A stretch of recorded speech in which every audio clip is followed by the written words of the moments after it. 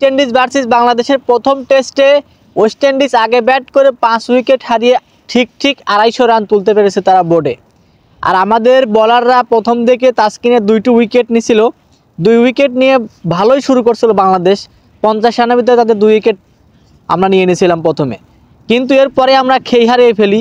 এরপরে আমরা আর সেরকমভাবে তাদেরকে চাপ দিতে পারি নাই।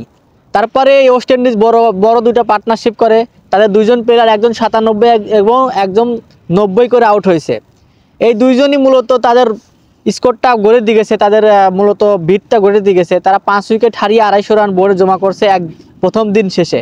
এখন মোটামুটিভাবে বলাই চলে যে ওয়েস্ট ইন্ডিজ এই টেস্টে এখন পরিমাণ ড্রাইভিং সিটে আছে, বাংলাদেশ একটু হলেও ব্যাকফুটে আছে। মাত্র 5টা উইকেট আমরা নিতে পারছি ওয়েস্ট ইন্ডিজের প্রথম দিনে। যদি আরও 2টা উইকেট বেশি থাকতো তাহলে হয়তো আমরা আরেকটু ভালো অবস্থানে থাকতাম, কিন্তু আমাদের মাত্র 5 উইকেট নিতে সক্ষম হয়েছি একদিন শেষে। আমাদের বলাররা তাসকিন 2টা উইকেট নিছে এবং মেহেদী হাসান মিরাজ একটা, তাইজুল ইসলাম একটা, আরেকটা রান আউট করতে পারছিলাম আমরা। এই হচ্ছে আমাদের প্রথম দিনের অবস্থা। মূলত আমরা ম্যাচটা ভালোভাবে যদি কিছু করতে পারতাম, যদি আরও 2 উইকেট নিতে পারতাম, তাহলে ভালোভাবে আমরা কিন্তু একটা ভালো অবস্থানে থাকতাম। কিন্তু আমরা সবচেয়ে বড় ভুল হয়ে গেছে, আমরা প্রথমে 2টি উইকেট নেওয়ার আর চাপ সৃষ্টি করতে পারিনি ওয়েস্ট ইন্ডিজকে। কারণ আমাদের যেটুকু চাপ সৃষ্টি করার দরকার ছিল সেরকমভাবে পারে নাই। একজন নতুন প্লেয়ার আসে, ওয়েস্ট ইন্ডিজের 2টা নতুন প্লেয়ার আসে ধুমায়া খেলতেছে, ধুমায়া মারতেছে, আর আমরা সেখানে কিছুই করতে পারলাম না।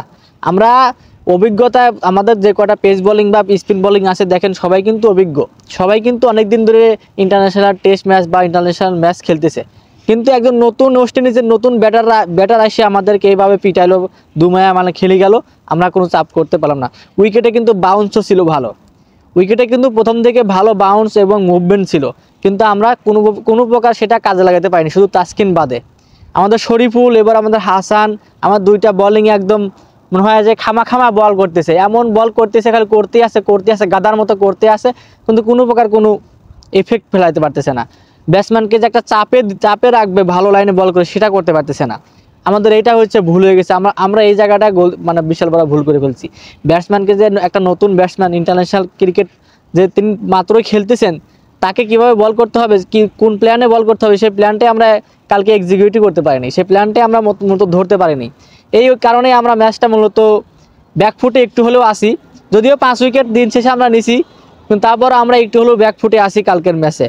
কারণ আরও 2টা উইকেট আমাদের থাকা উচিত ছিল, কমসে কম 7টা উইকেট থাকলে তাহলে আমরা ড্রাইভিং সিটে আমরাই থাকতাম। এখন পর্যন্ত ওয়েস্ট ইন্ডিজই ড্রাইভিং সিটে আসছে, কারণ তাদের 5 উইকেট হারিয়ে বোর্ডে তারা 250 রান তুলে ফেলেছে। এখন তারা যদি আরও 5 উইকেট নিয়ে যদি আরও 150 বা 200 রান তুলে ফেলে, টোটাল 450 রান করে ফেলে, তাহলে কিন্তু আমাদের ব্যাটসম্যানরা পথে রাস্তা হয়ে যাবে। কারণ আমাদের ব্যাটসম্যানদের অ্যাবিলিটি কতটুকু তা আমরা কিন্তু জানি। কারণ ওয়েস্ট ইন্ডিজের মাটিতে ওয়েস্ট ইন্ডিজের যে পেসারগুলো আছে বা স্পিনারগুলো আছে, তাদের কিন্তু অনেক শক্তিশালী। আর কিছুদিন আগে ওয়েস্ট ইন্ডিজ অস্ট্রেলিয়ার মাটিতে গিয়ে অস্ট্রেলিয়াকে হারায় আসছে, তাদের পেস বোলিং এত শক্তিশালী। তাই আমরা একটু হলেও ব্যাকফুটে আসি এই টেস্টে।